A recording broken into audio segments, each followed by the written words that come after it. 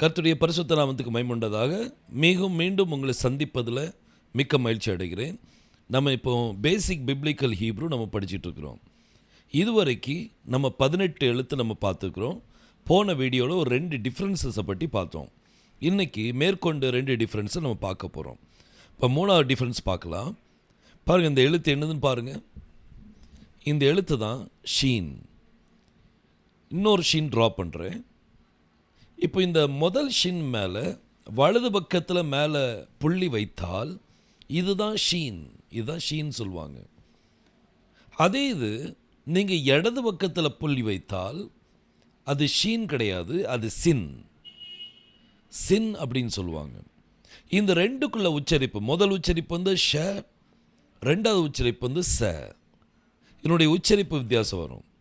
இந்த சின் என்று சொல்கிற இந்த எழுத்து இது ஒரு புது எழுத்து கிடையாது. அதாவது ஹீப்ருவில் மொத்தம் 22 எழுத்து தான் உண்டு. இது வந்து 23வது எழுத்து கிடையாது. இந்த எழுத்து சாமேக்குக்கு பதிலாக பயன்படுத்துகிற ஒரு எழுத்து. சாமேக்குக்கு பதிலாக தான் பயன்படுத்துவாங்க. ஸோ இந்த எழுத்தை வந்து சின்னு சொல்லுவாங்க. சின்னுக்கு அர்த்தம் என்ன அப்படின்னா முள் அப்படின்னு சொல்லி அர்த்தம். சின்ன அர்த்தம் என்னது? முள். உங்களுக்கு ஞாபகம் இருக்கும், கர்த்தர் மோசேட்ட தரிசனமாகும்போது எந்த மலையில் தரிசனமானார்? சீனாய் மலையில் தரிசனமானார். அது எதில் தரிசனமானார்? முட்செடியில். ஏன் முட்செடியில் தரிசனமானார்? ஏன்னா அந்த மலை ஃபுல்லாகவே முள்காடு தான், முள்ளுக்காடு. ஏன்னா அந்த அதுக்கேற்றபடி தான் அந்த பேர் வச்சுருக்கிறாங்க, சீனாய். சின் அப்படிங்கிறது முள் அப்படின்னு சொல்லி அர்த்தம். அதே மாதிரி நீங்கள் நியாயாதிபதிகள் புஸ்தகத்தில் நீங்கள் பார்த்தீங்கன்னா, நியாயாதிபதிகள் 12ஆம் அதிகாரம் 6ஆம் வசனத்தில் நீங்கள் பார்த்தீங்கன்னா, கீலியாத் மனுஷர் வந்து எஃப்ராயிம் கோத்திரத்தார் மேலே பயங்கரமான ஒரு போராட்டம் நடக்குது. அப்போ இந்த கீலியாத் மனுஷர் எஃப்ராயிம் கோத்திரத்தை ரொம்ப அடித்து கொள்கிறாங்க. அப்போ இந்த எஃப்ராயிம் கோத்திரத்தை தன்னை காப்பாற்றுறதுக்கு நான் எஃப்ராயிம் கோத்திரம் கிடையாது அப்படின்னு சொல்லுவாங்க. அப்போ இவங்களை கண்டுபிடிக்கிறதுக்காக இவங்க என்ன சொல்லுவாங்கன்னா, ஒரு வார்த்தையை சொல்லுவாங்க. ஷீபோலேத் அப்படின்னு சொல்லுவாங்க. இந்த எஃப்ராயிம் கோத்திரத்தாருக்கு ஷங்கிற உச்சரிப்பு என்ன செய்யாது, வராது. அவங்க சிபோலேத்துன்னு சொல்லுவாங்க. சிபோலேத்துன்னு சொல்லியாச்சுன்னா அங்கேயே என்ன செஞ்சுருவாங்க, வெட்டிடுவாங்க. கிட்டத்தட்ட அன்னைக்கு 42,000 பேர் செத்து போனாங்க எஃப்ராயிம் கோத்திரத்தார். ஸோ இந்த ஷவுக்கும் சவுக்கும் இடையில ஒரு பெரிய யுத்தமே என்ன செஞ்சுருக்கு, நடந்திருக்குது. இந்த ஷின் அப்படிங்கிறது பல்லு, அதுக்கு இன்னொரு அர்த்தம் வந்து அழிவு. ஆனால் சின் அப்படின்னு சொன்னீங்கன்னா அது வந்து முள், அது வந்து என்னது, முள். ஸோ இது வந்து 3வது டிஃப்ரென்ஸ். இப்போ நம்ம 4வது டிஃப்ரென்ஸ் நம்ம பார்க்கலாம். இந்த 4வது டிஃப்ரென்ஸில் வந்து ஒரு பெரிய பாக்ஸ் மாதிரி நீங்கள் போட்டிங்கன்னா இந்த எழுத்து தான் பெய்த்துன்னு சொல்லுவாங்க, பெய்த். இந்த பாக்ஸில் பாருங்கள், கீழே வந்து ஒரு ஷார்ப் டேர்ன் இருக்கும். ஸோ இந்த எழுத்து வந்து பெய்த்துங்கிற எழுத்து. பெய்த் அப்படின்னா வீடு. அதுக்கு இன்னொரு அர்த்தம் இருக்குது, வீட்டார். நானும் என் வீட்டாரும். வீட்டார் அப்படிங்கிற வார்த்தைக்கும் பெய்த்து தான் சொல்லுவாங்க, வீடுங்கிறதுக்கும் என்ன தான் சொல்லுவாங்க, பெய்த்துன்னு தான் சொல்லுவாங்க. ஸோ பெய்த் அப்படிங்கிறது வீடு. ஸோ எப்படி எழுதணும்? ஒரு பெரிய பாக்ஸ் போட்டிங்கன்னா அது என்னது, பெய்த். அதே மாதிரி நீங்கள் ஒரு சின்ன பாக்ஸ் போட்டிங்க அப்படின்னா இது வந்து நூன் அப்படின்னு சொல்லுவாங்க. நூன் அப்படின்னா, நூன்கிற பேர் எங்கே கேள்விப்பட்டிருக்கீங்களா? கண்டிப்பாக நீங்கள் கேள்விப்பட்டிருப்பீங்க. நூனின் குமாரனாகிய யோசுவா. ஸோ நூன் அப்படின்னா விதை, ஜீவன், அடுத்தது மீன். விதை, ஜீவன், அடுத்தது மீன். இப்போ நீங்கள் நினைப்பீங்க, இந்த ஒரு வார்த்தைக்கு இப்படி விதவிதமான அர்த்தமா அப்படின்னு சொல்லி பார்ப்பீங்க. இது வந்து மாடர்ன் ஹீப்ரு வச்சு பார்த்தா உங்களுக்கு புரியாது.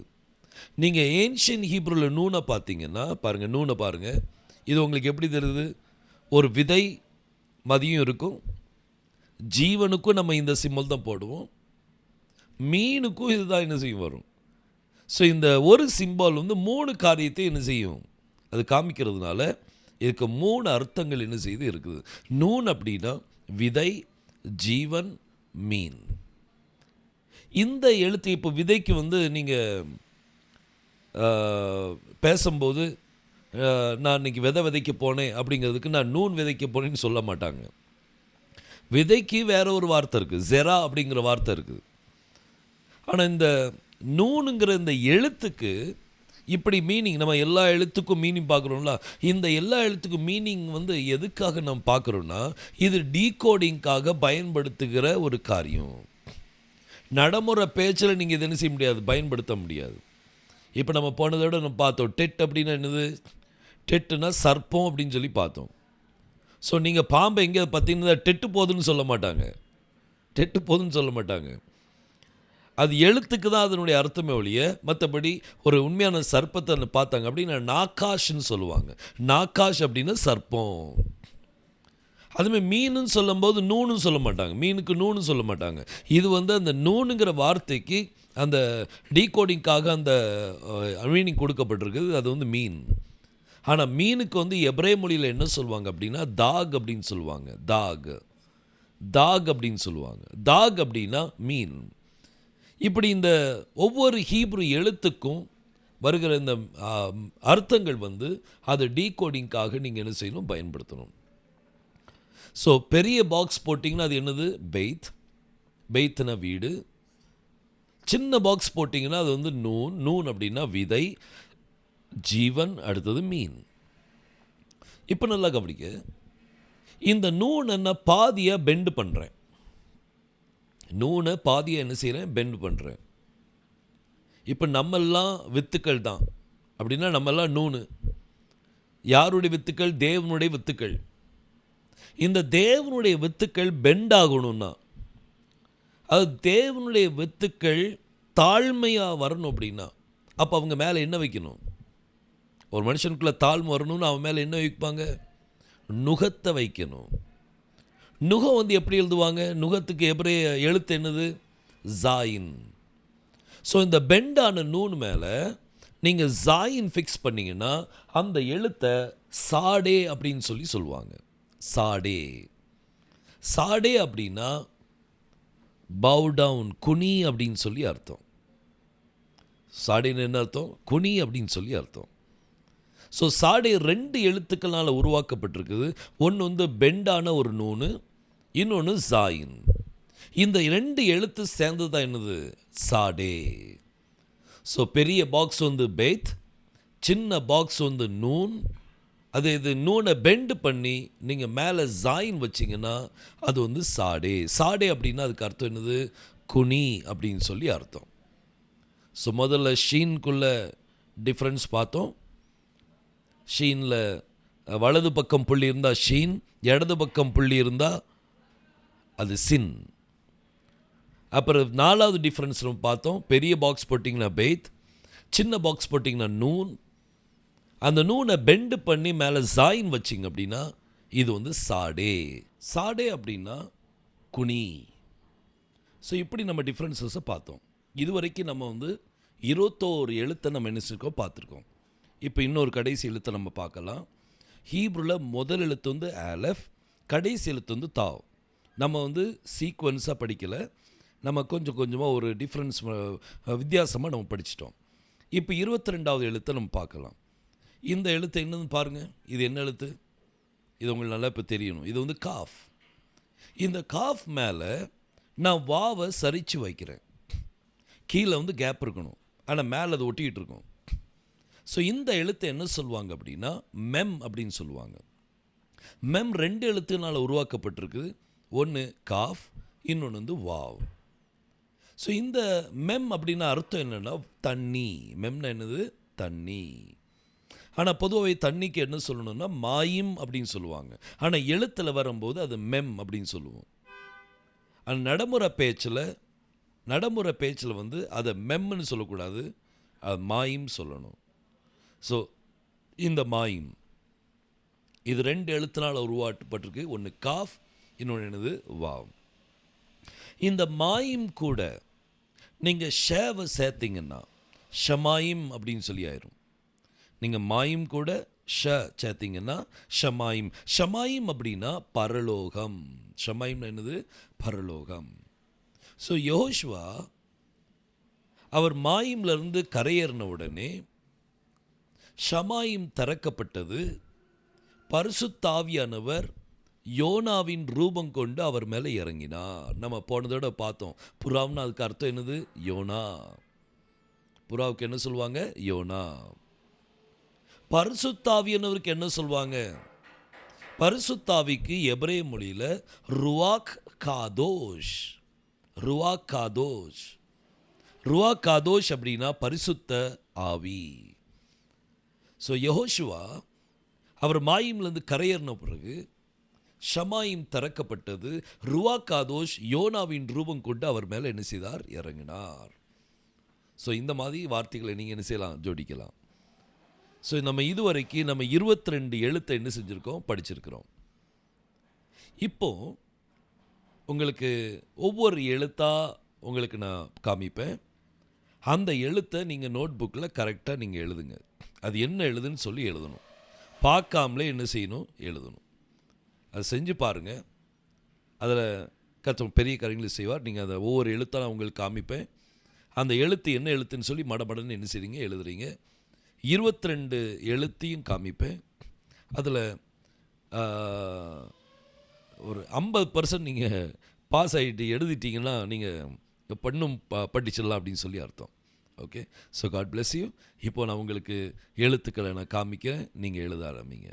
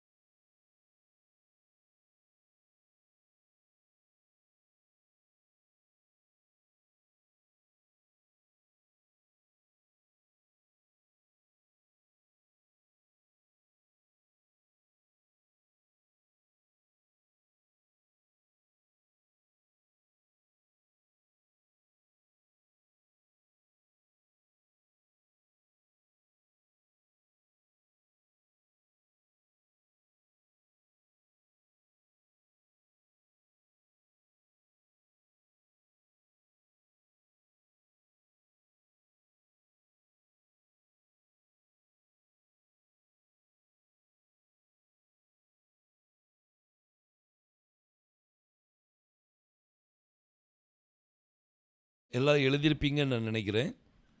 நீங்கள் எழுதுனதை நீங்கள் எனக்கு வாட்ஸ்அப்பில் அனுப்பிடுங்க. என் நம்பர் உங்களுக்கு தெரியும், 7057312277. ஸ்க்ரீனில் உங்களுக்கு டிஸ்பிளே பண்ணுறேன். நீங்கள் அதை பாருங்கள். அது நம்பருக்கு நீங்கள் எனக்கு என்ன செய்யுங்க? அனுப்புங்க. நான் உங்களுக்கு கரெக்ஷன் பண்ணி நான் இது பண்ணுறேன். இப்போ நம்ம வவல்ஸை பற்றி நம்ம என்ன செய்யலாம் பார்க்கலாம். நம்ம ஆங்கிலத்தில் வவல்ஸ் வந்து எதெல்லாம்? AEIOU, இந்த 5 இது. அதே மாதிரி சிம்பிளாக நம்ம 5 பாகமாக பிரித்து உங்களுக்கு காமிக்க போகிறேன். இது வந்து ஃபஸ்ட் லெவலாக இருக்கிறதுனால நம்ம வந்து அதுக்கேற்றபடி நம்ம படிப்போம். நுணுக்கங்கள் இருக்குது. ஒவ்வொரு வவல்ஸ்க்கும் பெயர்கள் இருக்குது. அந்த பெயர்லாம் நம்மளுக்கு இப்போ படிக்க வேண்டாம், அதெல்லாம் வேண்டாம். நம்ம இப்போ எப்படி உச்சரிக்கணும்னு மட்டும் நம்ம என்ன செய்ய போகிறோம்? படிக்க போகிறோம். ஸோ முதல்ல நான் காமிக்க போகிறது ஆ என்கிற உச்சரிப்பு. ஆ அப்படிங்கிற உச்சரிப்பு வர்றதுக்கு என்ன அடையாளம் இருக்கும்? எப்படி செய்யணும்? ஒரு எழுத்துக்கு கீழே 3 விதமான சிம்பால் வந்துச்சுன்னா அதை நீங்கள் ஆன்னு சொல்லி என்ன செய்யுங்க? உச்சரிங்க. அந்த 3 சிம்பலுக்கும் லைட்டாக வித்தியாசங்கள் இருக்குது. ஆனால் இப்போதைக்கு அந்த வித்தியாசத்தை பார்க்க வேண்டாம். நீங்கள் என்ன செய்யுங்கன்னா, ஆங்கிற உச்சரிப்பை மட்டும் நீங்கள் என்ன செய்யணும், உச்சரிங்க. ஒரு எழுத்துக்கு கீழே இந்த மாதிரி டி சைன் வந்துச்சுன்னா, இல்லாட்டி ஹைஃபன் சைன் வந்துச்சுன்னா, இல்லாட்டி ஹைஃபன் கூட கோலன் வந்துச்சு அப்படின்னா, அப்போ இது எப்படி உச்சரிப்பீங்க? ஆன்னு சொல்லி உச்சரிங்க. நம்ம தமிழில் வந்து அரை மாத்திரை, ஒரு மாத்திரை, 2 மாத்திரைன்னு இருக்குல்ல, அதே மாதிரி இதுலேயும் உண்டு. ஆனால் அது இப்போதைக்கு நம்ம ஒன்றும் செய்ய வேண்டாம். இப்போதைக்கு எல்லாமே ஒரே மாதிரி என்ன செய்யுங்க, உச்சரிங்க. அதை ஆன்னு சொல்லி என்ன செய்யணும், உச்சரிக்கணும். இப்போது லேமடு கீழே நான் டீ போட்டால் நீங்கள் என்ன சவுண்ட் கொடுப்பீங்க? லேமடா இப்படி சொல்லக்கூடாது. லேமடா சொல்லக்கூடாது. அந்த லேமடில் முதல் எழுத்து என்னது? எல். எல் ப்ளஸ் ஆ லா, லான்னு சொல்லி உச்சரிக்கணும். இதான் இப்படி தான் உச்சரிக்கணும். இப்போ பாருங்க, நீங்கள் அதை பேக்கு கீழே நான் ஹைஃபன் போட்டால் பா, ரேஷு கீழே ஹைஃபனோடு கோலன் போட்டால் ரா. ஸோ இந்த 3 சிம்பலில் எது வந்தாலும் நீங்கள் ஆ சவுண்ட் தான் கொடுக்கணும். இப்போ யோது கீழே டீ போடுறேன்னு வைங்க, அப்போ யோதுக்குள்ளே முதல் எழுத்து ஒய், ஒய் ப்ளஸ் ஆ யா. வாவு கீழே ஹைஃபன் போட்டேன்னா வாவுக்கு முதல் எழுத்து வி, வி ப்ளஸ் ஆ வா. ஸோ இந்த மாதிரி ஆ சவுண்ட் என்ன செய்யும், வரும். ஓகே. ஸோ இது ரொம்ப முக்கியம். ஒவ்வொரு இதுக்கும் பெயர்கள் உண்டு. அதெல்லாம் இப்போ என்ன செய்ய வேண்டாம், படிக்க வேண்டாம். அதெல்லாம் படித்தோன்னா குழம்பி போயிடும். அது நேரம் வரும்போது நான் சொல்லித்தரேன். அது நீங்களே அதை படிச்சுக்கலாம், எப்போ மாதிரி நீங்கள் படிச்சிடலாம். ஆனால் அதை வச்சு நீங்கள் எதுவுமே என்ன செய்யாதீங்க, அது கன்ஃபியூஷனில் வரும். சரி, அடுத்த உச்சரிப்பு பார்க்கலாம். ஏ அப்படிங்கிற உச்சரிப்பு. இந்த ஏ உச்சரிப்புக்கு எப்படி சிம்பால் இருக்கும்? இதுலேயும் 3 சிம்பால் வரும். 3 புள்ளி வரலாம், அல்லது 2 புள்ளி வரலாம், அல்லது 5 புள்ளி என்ன செய்யலாம் வரலாம். இப்படி ஒரு புள்ளிக்கு மேலே புள்ளிகள் வந்தால் அதை எப்படி உச்சரிக்கணும்? ஏ அப்படின்னு சொல்லி உச்சரிக்கணும். நீங்கள் கவுண்டிங்லாம் பண்ணிகிட்டு இருக்காதீங்க. இதுலேயும் அரை மாத்திரை, ஒரு மாத்திரை, 2 மாத்திரை இருக்குது. ஆனால் அந்த கவுண்டிங்லாம் பண்ணாங்க. நிறைய புள்ளி இருக்குதா, நிறைய புள்ளிகள் இருக்கா, அப்போ ஏன்னு சொல்லி என்ன செய்யுங்க, உச்சரிங்க. இப்போ இதில் பாருங்கள், லேமடுக்கு கீழே இப்போ 3 புள்ளி போட்டால் எப்படி உச்சரிப்பீங்க?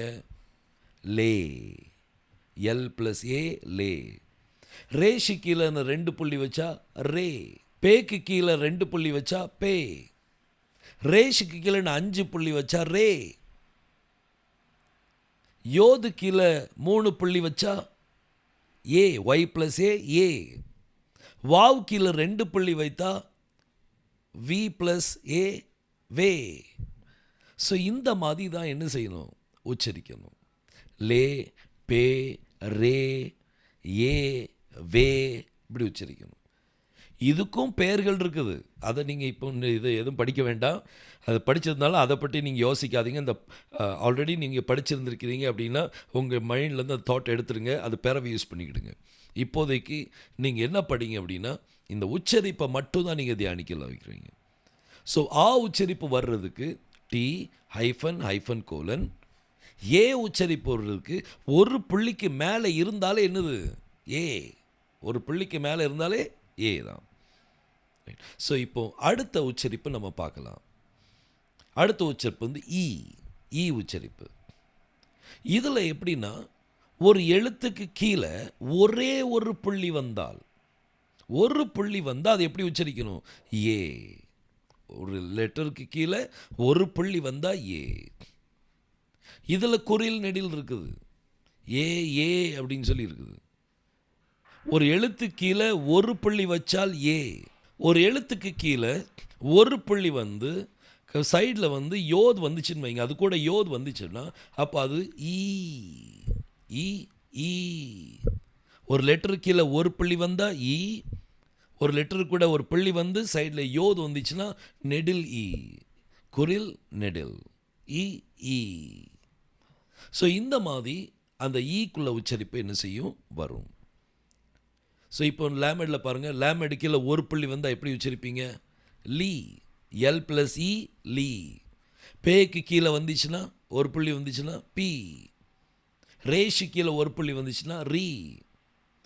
யோது கீழே ஒரு புள்ளி வந்துச்சுன்னா இ, ஒய் ப்ளஸ் இ. வாவ் கீழே ஒரு புள்ளி வந்துச்சுன்னா வி. வாவ் கீழே ஒரு புள்ளி வந்து சைடில் யோத் வந்துச்சுன்னா வி நெடில் என்ன செய்யணும் உச்சரிக்கணும்.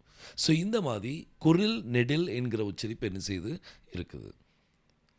ஸோ இந்த மாதிரி இ சவுண்ட், ஆ சவுண்ட் வர்றதுக்கு டி ஹைஃபன் ஹைஃபன் கோலன் வரும். ஏ சவுண்ட் வர்றதுக்கு நிறைய புள்ளி வந்தாலே என்னதுதான் ஏ சவுண்ட். இ சவுண்ட் வர்றதுக்கு ஒரு எழுத்துக்கு கீழே ஒரு புள்ளி வந்தால் அது என்னது இ சவுண்ட். ஒரு புள்ளி வந்தால் என்னது இ சவுண்ட். ஸோ இந்த மாதிரி அந்த சவுண்ட் என்ன செய்யுது இருக்குது. அடுத்தது வந்து ஓ சவுண்ட், ஓ உச்சரிப்பு. ஓ இதுலேயும் குறில் நெடில் உண்டு. ஓ ஓ அப்படின்னு சொல்லி உண்டு. ஒரு எழுத்துக்கு மேலே புள்ளி வந்துச்சுன்னா ஓ. ஒரு எழுத்துக்கு மேலே புள்ளி வந்தால் ஓ, கீழே புள்ளி வந்தால் இ, மேலே புள்ளி வந்தால் ஓ.